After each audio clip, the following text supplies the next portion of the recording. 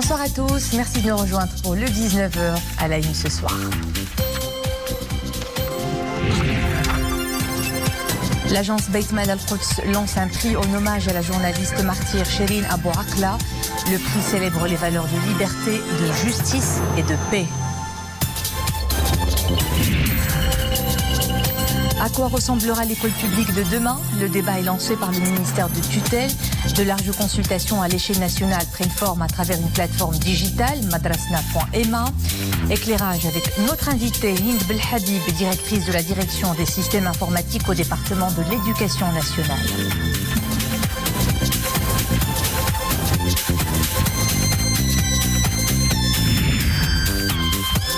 Le Maroc prend part à la foire internationale de l'agriculture de Novi Sad en Serbie. Une opération séduction qui vise à drainer d'importants partenariats avec des investisseurs de l'Europe du Sud-Est. À mes côtés pour cette édition, Madame Hind Belhabib, directrice de la direction des systèmes informatiques au ministère de l'Éducation nationale, du préscolaire et des sports. Merci Madame, merci d'être des nôtres ce soir. Merci beaucoup. Mais d'abord, pèlerinage 1443 de l'Hégire. Les frais pour les pèlerins, encadrés par le ministère des Habous et des Affaires islamiques, sont fixés à 63 800 dirhams, argent de poche non inclus.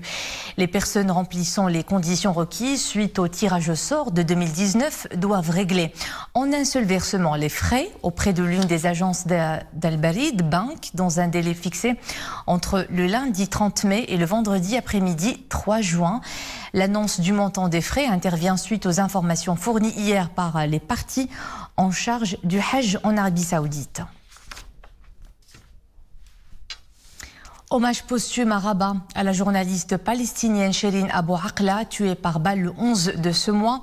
Hommage à l'occasion de l'annonce aujourd'hui par l'agence Beit Mal Al-Quds du lancement d'un prix et d'une prime destinée à un travaux journalistiques portant sur la ville sainte. Khadija Zaroual et Mohamed Aït El-Shgar pour les développements. Un prix et une prime.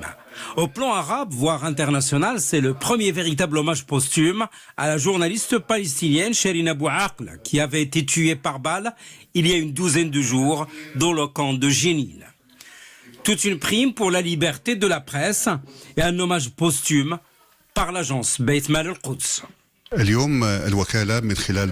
Aujourd'hui, l'agence Beit Mal Al-Quds et à travers l'Observatoire à Rabat de suivi et d'évaluation à Al-Quds lance une bourse de soutien aux libertés de la presse en lien avec Al-Quds en hommage à la journaliste Maqdisi et martyre de la cause palestinienne Shireen Abu Akleh. Une bourse mais aussi un prix pour l'excellence journalistique destiné aux étudiants des instituts de journalisme à Rabat et à Al-Quds Sharif pour encourager les jeunes journalistes à réaliser des travaux sur des questions qui intéressent la ville sainte. Quant à la prime Al-Quds de soutien aux libertés de la presse, elle couvre 3 domaines précis. Premièrement, c'est la formation des journalistes à se protéger dans les zones de tension ou de conflit. Deuxièmement, l'octroi d'une médaille de courage au meilleur reportage. Et troisièmement, des stages de formation seront organisés au profit des journalistes.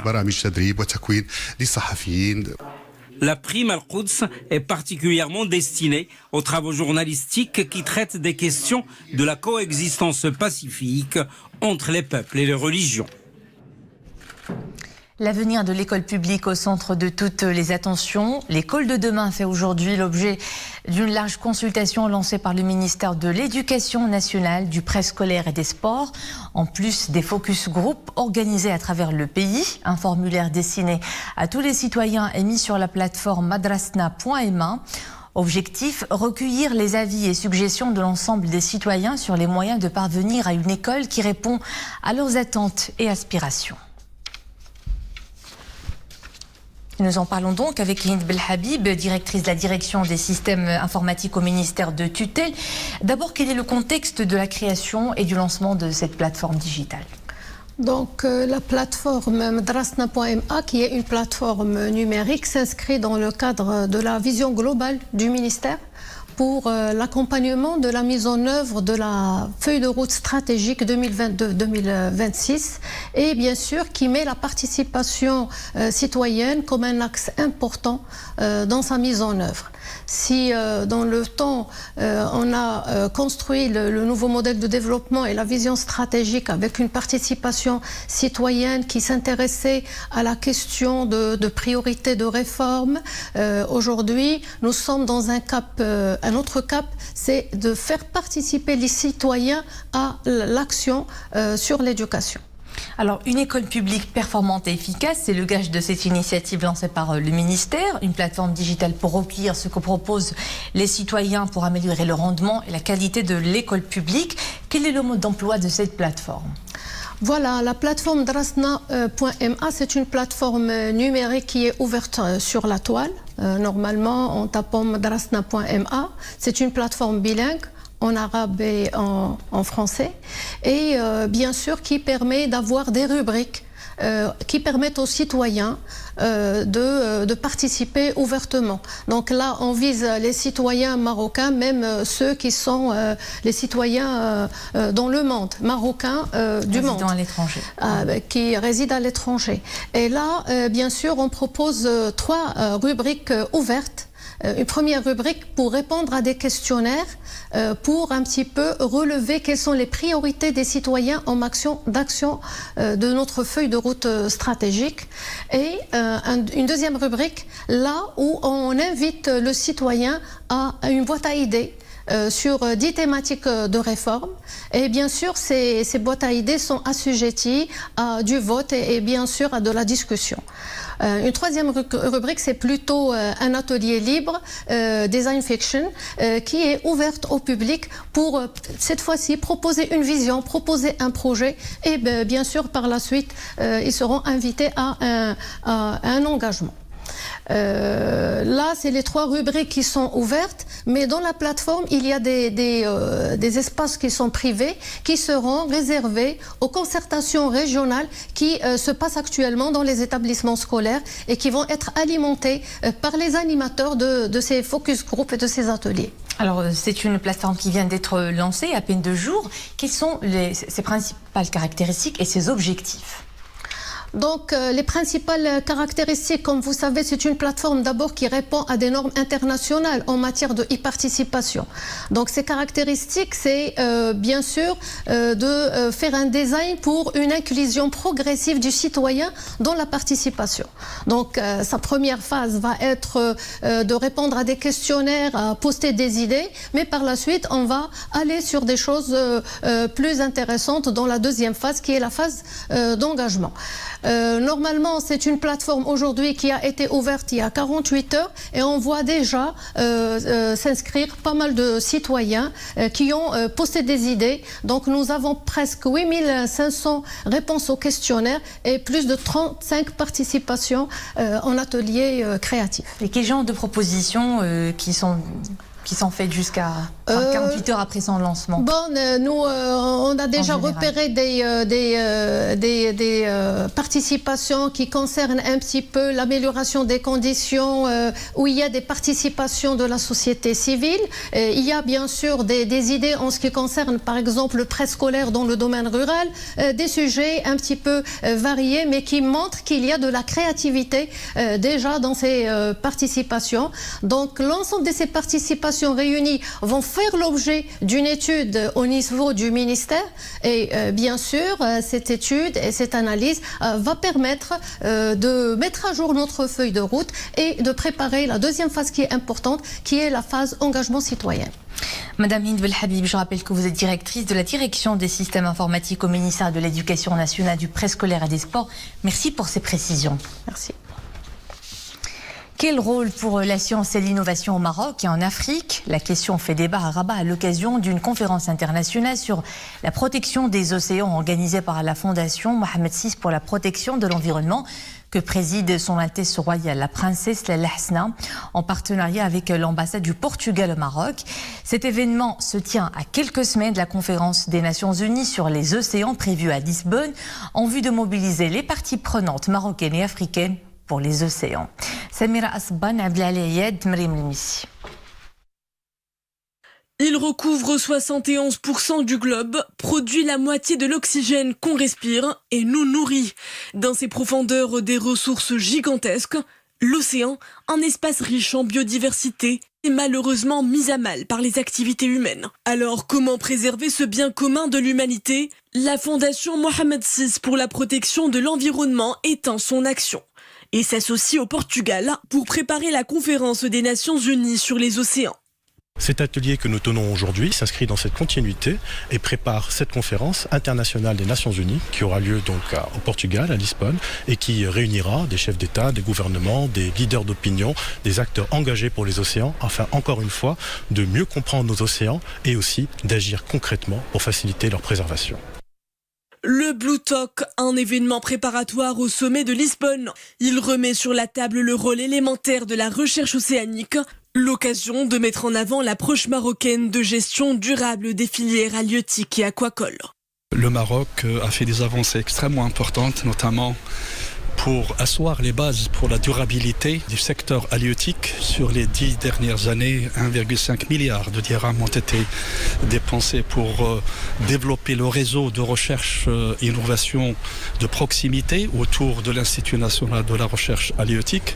Et aujourd'hui, les bases et les résultats scientifiques nous permettent de gérer de manière durable 96% des volumes pêchés et débarqués sur le territoire national. Nous avons besoin de changer notre forme de vie et en même temps d'évoluer dans les connaissances, dans la coopération internationale.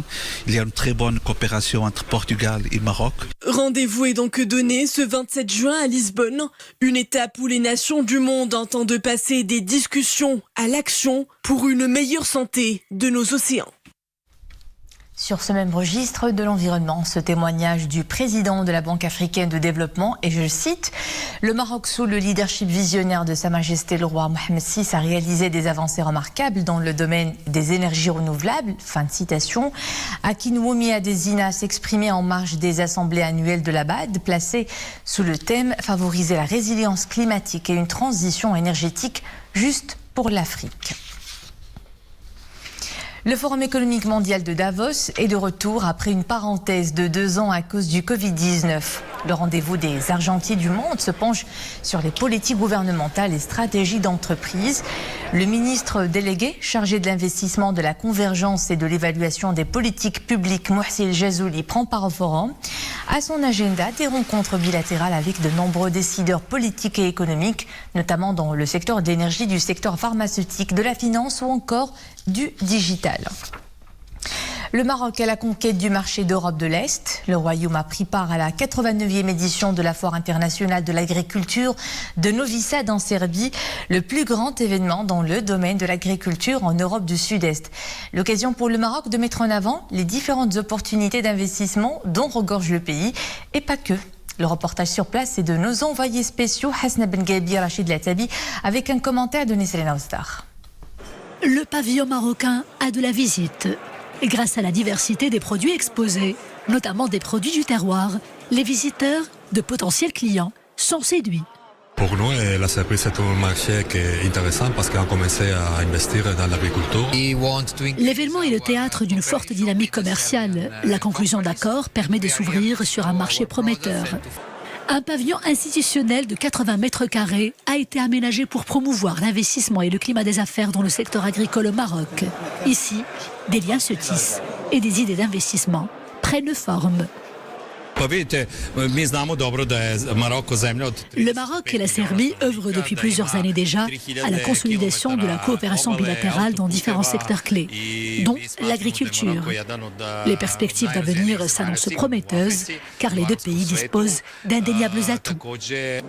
Le Maroc est l'un des pays de l'Afrique les plus attractifs en termes d'investissement, et il l'a bien mis en avant pendant cet événement. Cette grande messe agricole a rassemblé 400 exposants provenant de 27 pays. Coup d'œil sur les couleurs du ciel. Ce soir, de fortes averses orageuses s'abattent sur El Haouz, Qlat Srarna, Azela, Libni Mellal, avec un cumul de 20 à 30 mm de pluie.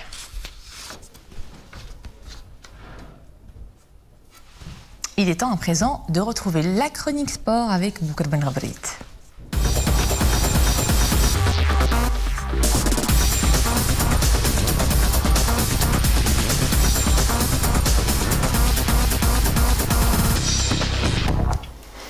Bonsoir Bouker. Bonsoir Iman. Retour d'abord sur le sacre de la Renaissance de Berkane qui a décroché son deuxième titre de la Coupe de la Confédération africaine de football. Effectivement Iman, on revient donc sur le sacre de la Renaissance sportive de Berkane en Coupe africaine de football. La Renaissance sportive de Berkane qui a décroché donc son deuxième titre de la Coupe de la Confédération africaine en battant la formation sud-africaine d'Orlando Pirates par 5 tirs au but à 4, temps réglementaire 0 partout, prolongation 1 but partout. Finale disputée au Nigeria, à la ville de Uyo. Le club berkani disputait la 3e finale de son histoire de la Coupe de la CAF après une finale perdue en 2019 face aux Zamalek et une autre remportée en 2020 aux dépens d'une autre équipe égyptienne, Pyramids. Sa Majesté le roi, rappelons-le, Mohamed VI, a adressé un message de félicitations aux membres du club de la Renaissance sportive de Berkane pour cette consécration. Et nous attendons bien entendu avec impatience l'entrée en lice du WAC de Casablanca. Ça sera en finale de la Ligue des champions d'Afrique. Les Wydadi seront opposés à Al Ahly d'Égypte. Ça sera lundi prochain à Casablanca et c'est à 20h. Nous enfilons les gants à présent. La pugiliste marocaine Khadija El Mardi a remporté la médaille d'argent dans la catégorie des poids lourds, plus de 81 kilos, au championnat du monde de boxe qui se sont achevés vendredi à Istanbul après sa défaite face à la Turque Demir Senour. Khadija El Mardi a réalisé un exploit inédit en devenant ainsi la première marocaine à accéder à une finale aux mondiaux de boxe et en offrant au Maroc sa première médaille d'argent. La pugiliste marocaine a promis d'ailleurs d'offrir aux Marocains une médaille lors des prochains Jeux olympiques. Autre bonne nouvelle, Bouker, l'international de football marocain Yassine Bounou est sacré meilleur gardien du championnat espagnol à la fin de la saison 2021-2022. Effectivement, lui, c'est en football qu'il s'est distingué. J'ai nommé, et vous l'avez nommé Iman, Yassine Bounou, notre portier sociétaire du FC Séville, a été sacré meilleur gardien du championnat espagnol de la saison 2021-2022, remportant ainsi le trophée Zamora décerné par le quotidien sportif espagnol Marca. Il devient ainsi le premier gardien du club du FC Séville à remporter le trophée Zamora. Bounou a encaissé 24 buts en 31 matchs joués avec un coefficient de 0,77 devant le champion et le grand portier également belge qui joue au Real Madrid. Il s'agit bien entendu du gardien du Real de Madrid, Courtois, qui a fait une excellente saison également. Et c'était tout pour ce soir, Bouker. On vous retrouve vendredi.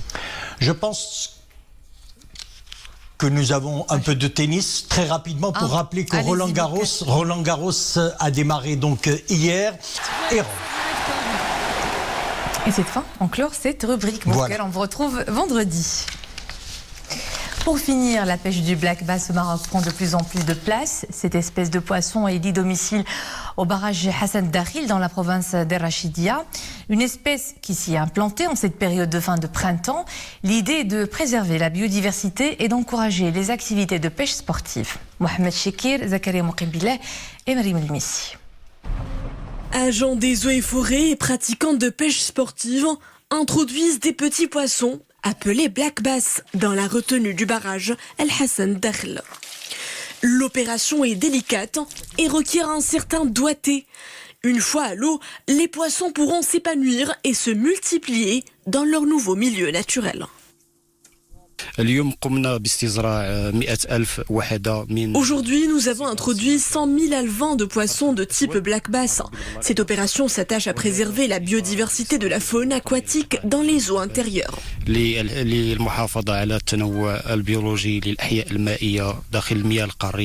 Cultivé au niveau du Centre national d'hydrobiologie et de pisciculture d'Azrou, le black bass est une espèce de poisson d'eau douce de la famille des centrarchidés. En plus de favoriser la biodiversité, son implantation donnera un coup de boost aux activités de pêche sportive. Cette opération est de nature à encourager le tourisme durable et écologique dans la région de Rachidia. En tant que pratiquants de la pêche sportive, nous avions besoin de cette initiative. Ce lieu constituera un espace de détente pour les touristes d'ici et d'ailleurs.